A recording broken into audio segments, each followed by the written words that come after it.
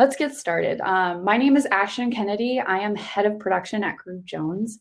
And I'm going to be talking today mostly about augmented reality, what's in the market right now, as well as what could be in the future, and what Groove Jones does in the space. So let's get started.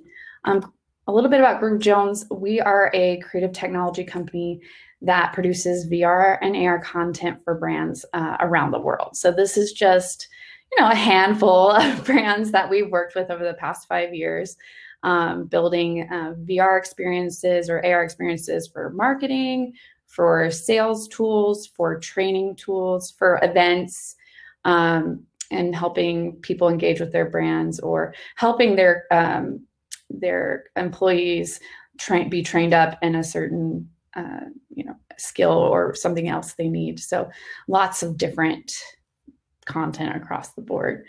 We've also won several awards for a lot of our event work and marketing work.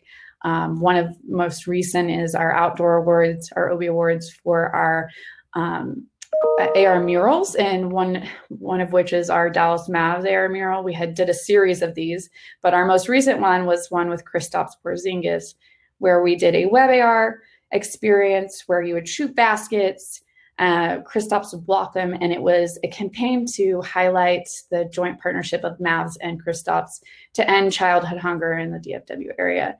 And it was a lot of fun to have people engage with that downtown here in Dallas. So I'm going to take a step back and talk about what is AR. So augmented reality is, we've been talking about it for years and years, but it's basically augmenting your view, your real life view, with 3D imagery. So that 3D imagery can be 2D data that we used to have on our phones, but now it's in the real world. You know the temperature on your thermometer, or you have the recipes in front of you in a heads-up display that you're cooking, and it's giving you instructions. There's a lot of different applications for AR. And we're seeing it from within your heads-up display, but also within your phone. So let's dig in a little more and take a look at some examples of what's out there right now. In my toes and in my shoulders, I've been shaking like I'm cold. In my head, in my eyes, feels like I'm never getting nothing. My heart on my sleeve, got the fire to set me free. I'm gon' show this town tonight.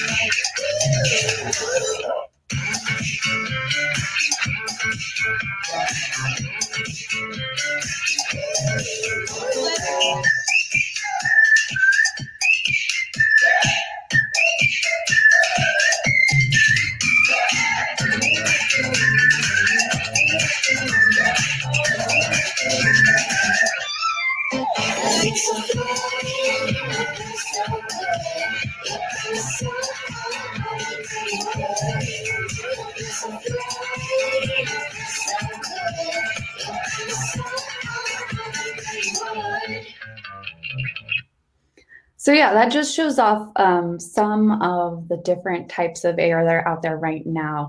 But it doesn't encompass everything. There's people in the industry that are building the platform and tools for building AR experiences. There's people creating the headsets and the displays in order to actually render those AR experiences over real world video. And then there's us creating content for those platforms and for those different hardware sets. So I'm going to dig a little more into the hardware. So we've got two head-mounted displays that are currently in the AR space that are kind of the dominant two, and that's the Magic Leap 1 and the HoloLens. Both these are really solid standalone VR or AR headsets that allow you to basically put digital holograms in your real world view. But what they lack mostly is field of view. The hardware is still being worked on, still growing, and you really don't get that field of view that you're expecting. Just to highlight this, Magic Leap, as we all remember, they promoted this beautiful CG whale leaping out of a basketball court, and what we got was this tiny 16:9 view that you could barely see these little holograms. You had to really look all around to catch it, and the fidelity wasn't nearly as crisp and clear. But we're getting closer. So um, um, we're hopefully going to have new AR headsets coming out very soon. Just to like look a little closer at what we've got right now. So this is a zoomed in look at the Magic Leap. So those little squares are what are actually rendering the 3D holograms across the space. So as you can see, there's not as much of a field of view, but these will get better. And there's a lot of use cases for these headsets, even though they're quite cost prohibitive. So does anyone, I mean, I can't really see if anybody raises their hand or not, but does anybody own one of these HoloLenses or Magic Leap headsets? I wish there was a way for me to show both screens, but I cannot. Andrew, can you tell me if anybody has one? Well, it looks like Vina has a Magic Leap once a Oh, hole. yes, she has one. Yes, Yeah. I think I don't she know was one of if the it's a people common that thing that introduced. people have. I'm mostly into the VR headsets myself, but I have tried it. Exactly. So yeah, so not very many people own it because its primary use right now is in the enterprise space. So this is a great example of people engaging with a hologram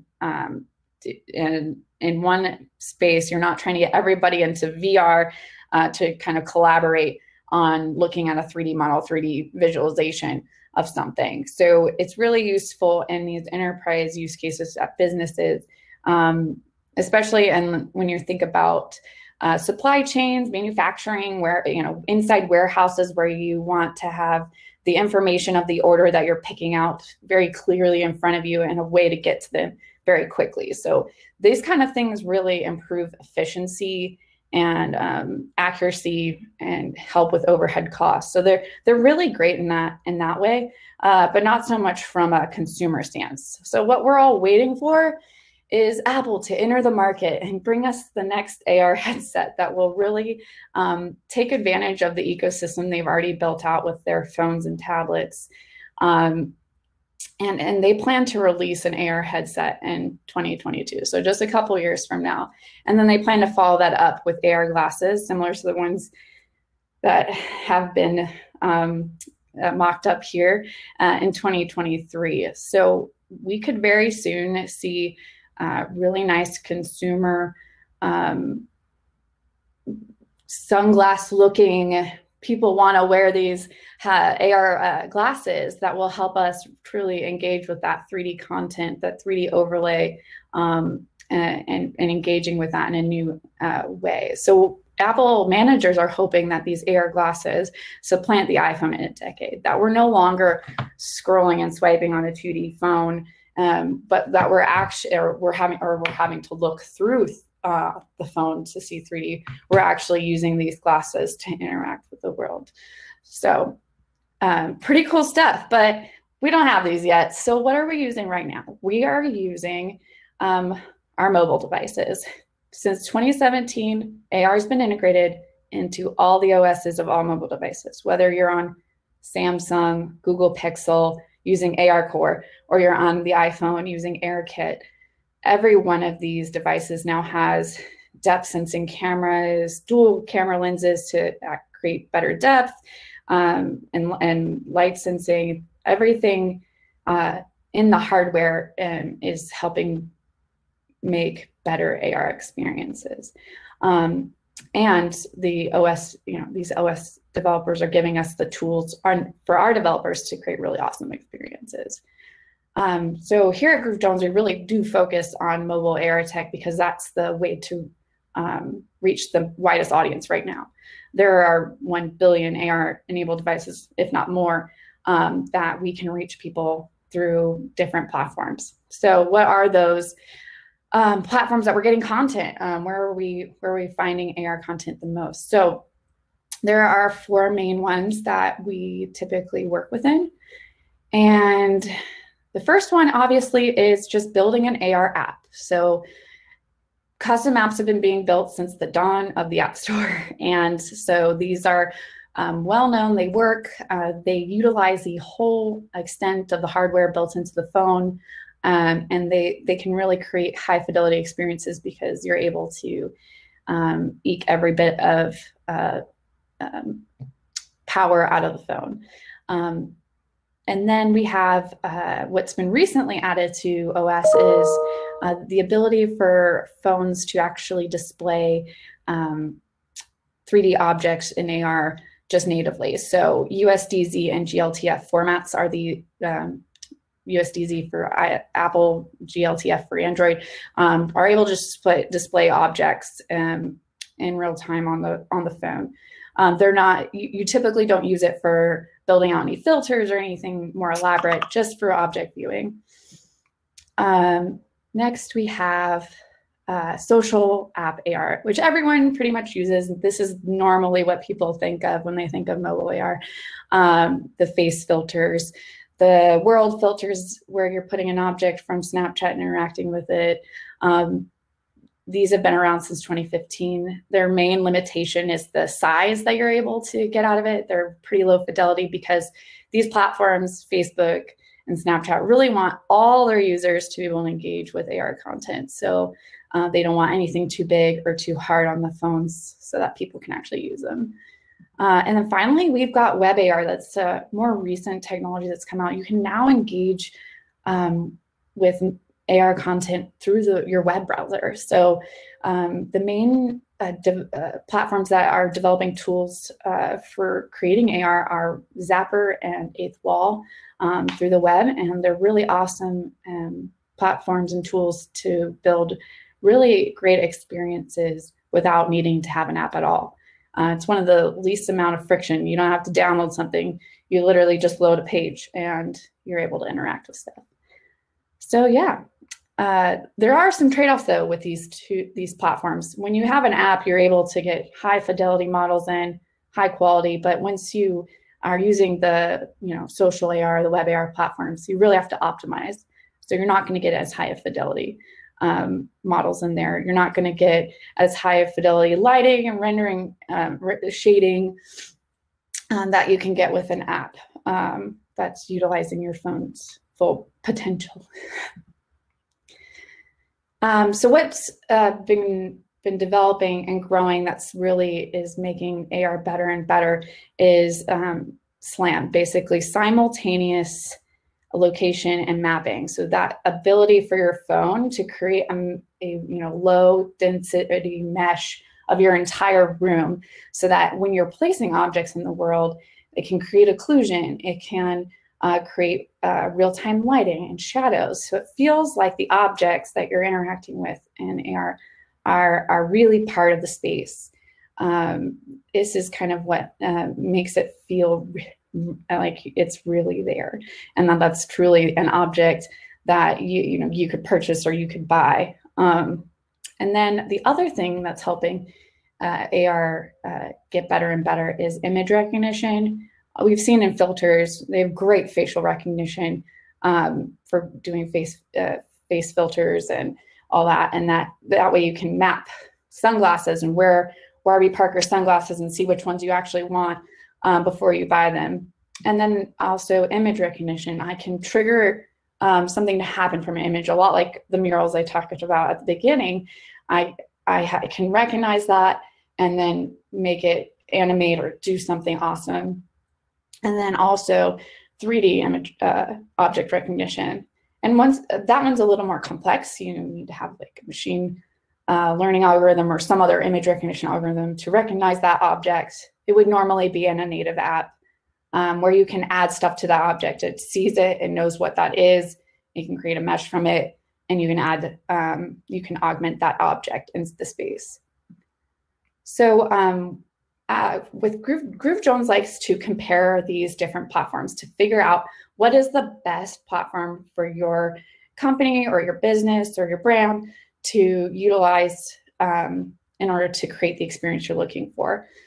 So we have a few key features that we like to go through. One of them is like, are you able to share it? All these platforms you're able to share with a link. Obviously with a native app, you're having to download that app versus with web AR, you're just having them go to a link and it's there. but they're very easily shareable, all of them. They also all of them have the ability to capture and share photos and videos. Obviously, social AR is going to be best because you already have that social media platform embedded in there. But you can always build that into a native app, and even web AR, there's a little more friction there, but you'll ultimately save it to your role and then choose to share it wherever you want. With the image recognition technology, the only platform that doesn't really do this is OSAR, because as I was saying before, that's really a tool that you can use to just view objects. It's great if you're just needing to view that object in 3 dimensions on your phone, get close to it, and just really dive into the detail of it. Versus, I need my app to recognize a 3D object and then add a additional 3D object on top of that, a virtual one. And that would, that's something you'd want an app for. But all of them have some level of ability to do image recognition. Additionally, they all use tracking with your, as you use a lower power program like social AR or web AR, it's a little less good at the world tracking, but still capable of doing it. Another thing that brands always ask about is, okay, they've engaged with this web AR content or this AR content. Now, what do they do? So only a few platforms allow click-through links, and that's basically building it into a native app or web AR. Social AR requires you to pay for any sort of link. Facebook's added a link out, but you have to pay money to be able to utilize that. And then OSAR doesn't really do that at all. Again, file size is going to be a limitation for social and web, and also it costs for social and web for certain features of social VR or AR. But yeah, so that's kind of an overview on how we kind of narrow down on what platform to decide to build something on. And social filters and camera effects are becoming more transactional. So it's becoming more and more important to have AR as part of your selling process, or selling your product. With Facebook introducing the click-through links finally in the last year, Sephora created this filter where you try on different lipstick colors and you can decide, and they had a click out link so you could choose to buy that lipstick color. Nike's been using it, Asus, a lot of car brands.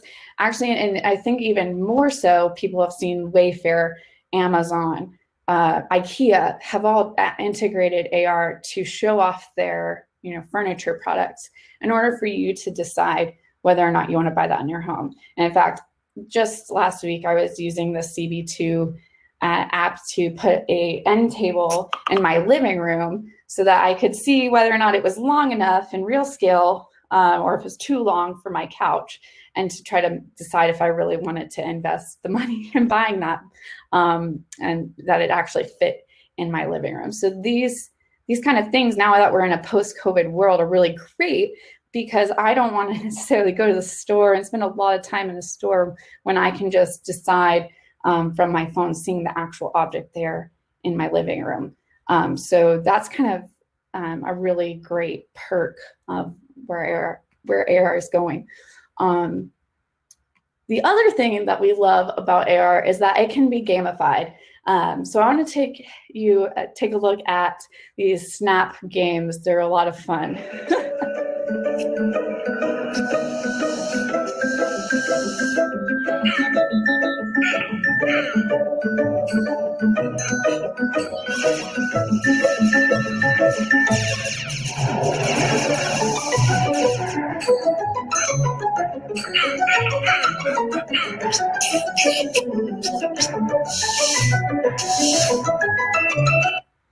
So yeah, there's a ton of gestures and facial expressions you can do to make an awesome AR game in Snap and even Facebook.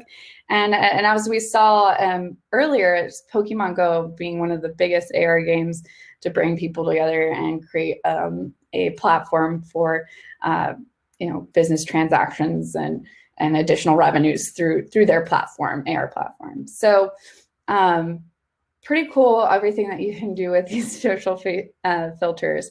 But let's take a little deeper look into how consumers actually interact with AR. So when we focus on social AR, this is kind of the journey we see people take. And we start off with building an awesome experience that's really exciting on Facebook or Instagram, Snapchat. I think even TikTok now has some AR stuff to it.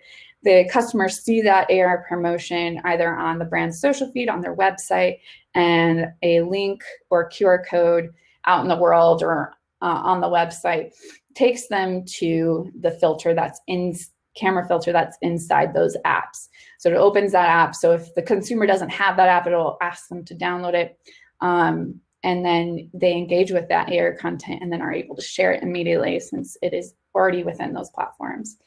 If the customer wants to utilize all those social platforms, we can build it the same experience in Snap or Facebook.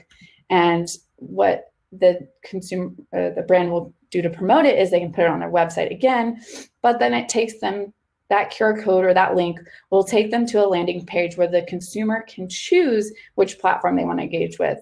And then that opens up their camera and they're able to share it through their preferred platform. So with web AR, that it's very, very similar with a one different step in the middle. Basically, again, brand promotes it on their website or out in the world at an event, and the customer scans a QR code or a URL, and that goes straight to the web AR page. The web AR page will need you to allow camera access so that it'll open the camera, and then that will activate the AR experience. And from there, they can take a photo or save a video they've taken and then choose a platform they want to social share on. With web AR, since it's not embedded in a social platform already, it's very, we've seen it's very good to add a giveaway or a sweepstakes along with it to get people to share that on their social channels. And these QR codes don't need to be those ugly black and white things. QR codes can be branded and made to look really nice. In fact, Snap codes are built into the program and they're customized with a unique logo. Same with Facebook and Instagram. And why we're so excited about AR in the space and for brands trying to engage with their customers is that people use it. 70% of Snapchat's daily users are using lenses, and 15 billion to date as of May 19th, 2019. And now that we've been stuck in quarantine taking selfies, I'm sure that's way higher.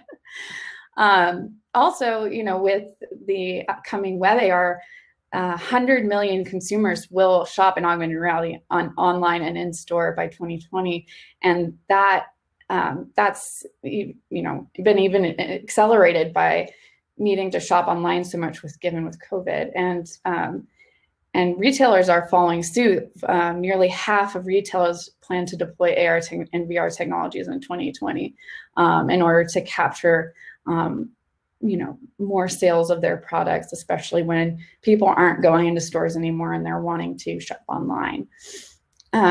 So that's really exciting in order to, make AR more part of the selling and buying process. Additionally, we're seeing with even gamifying it that these platforms of AR gaming are creating, a lot of revenue as well, especially for businesses wanting to sell within that platform, attract people there. With Pokemon Go, businesses were paying for training places to be near their businesses so more people would frequent it. So they've made 2.3 billion in in-app purchase revenues as of June 2019. So really exciting how big this industry is growing. And with Groove Jones, we've done this before, whether it's creating a Snapchat world filter with Pachyrhinosaurus at the Perot Museum, where you can interact with him and animate him, or a Slim Jim face filter where you get to be Macho Man Randy Savage, or an AR mural with Modelo from Dias de los Muertos, or even creating a crazy marshmallow catch in your mouth game for the Marshmallow DJ, which reached over 10 million impressions in the first 6 hours it was released. And I think it's now at 50 million in the first 6 months it was live. So we've done it. We've created really fun experiences in augmented reality, whether it's web AR, social AR, or even apps. And we love creating this kind of content for our customers. But I'm going to open it up to questions now. If you have questions about augmented reality, Groove Jones, or anything in between, let me know. I'm going to exit out of this. I can see y'all's beautiful questions. Hooray! Okay. Scooching up.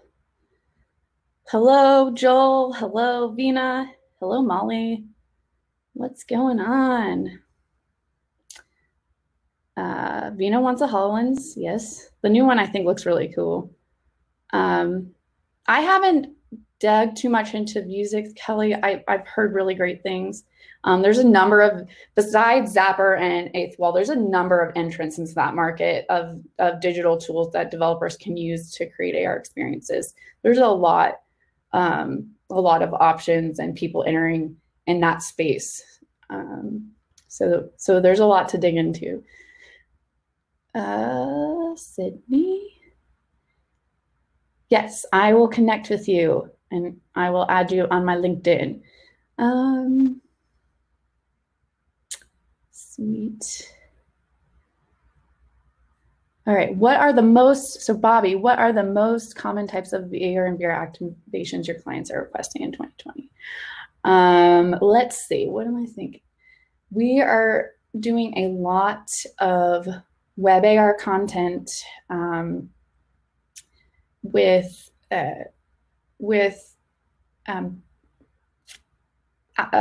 Corona and those kind of brands. Right now, I think we just launched a sweepstakes where you get to go into like a portal vacation world, and they're promoting Corona through that. It's a lot of web AR content that's happening right now because that's easier to engage with, easier for people to get to.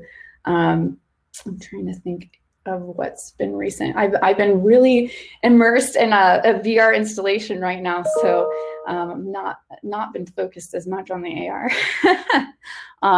But yeah, we've got a lot of web AR content where you can interact with objects, they blow apart, you can see the different parts of it.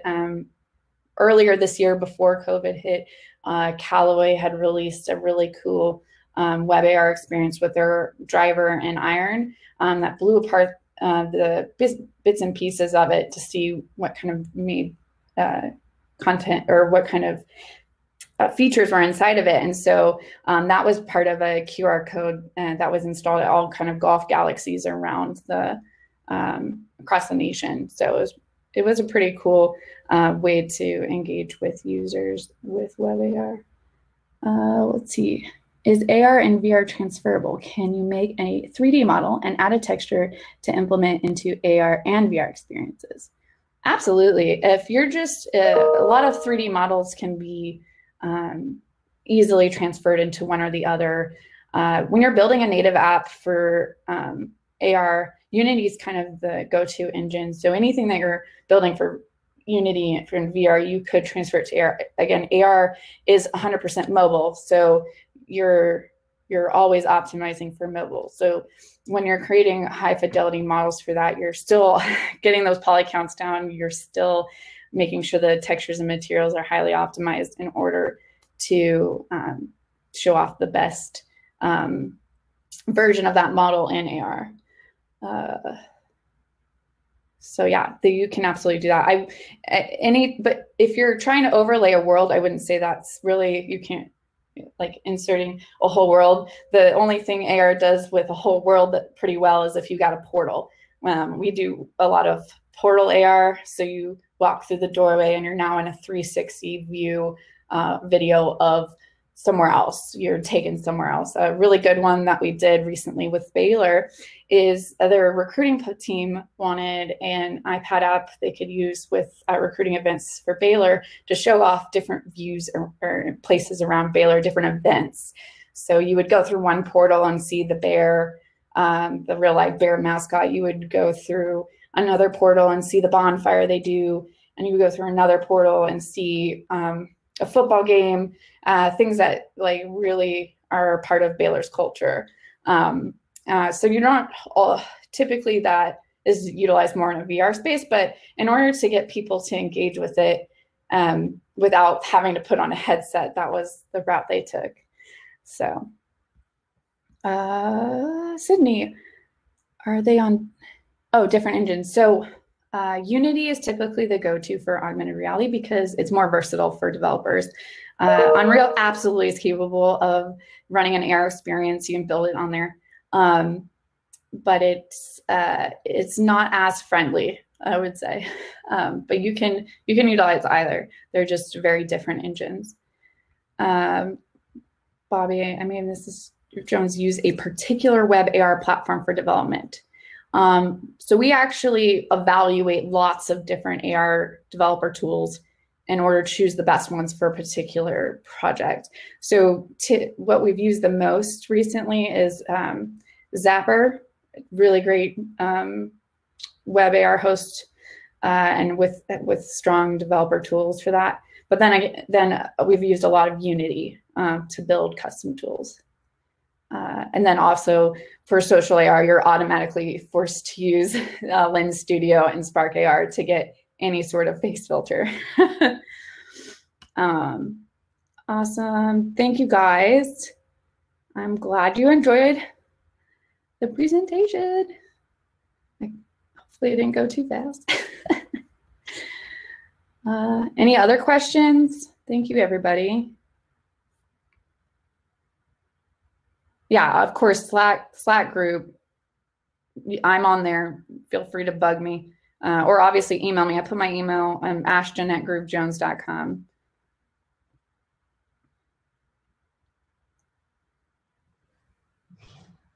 All right. Yeah, it was a great presentation. Thank you so much, Ashton. That concludes the AR VR track. There's the schedule for Dallas Startup Week, so you can check out the rest of the sessions happening, I think, tomorrow as well. But yeah, thank you, Ashton. You're welcome. Yeah, thank you, everybody, for showing up. And enjoy the rest of your startup week. Bye, y'all.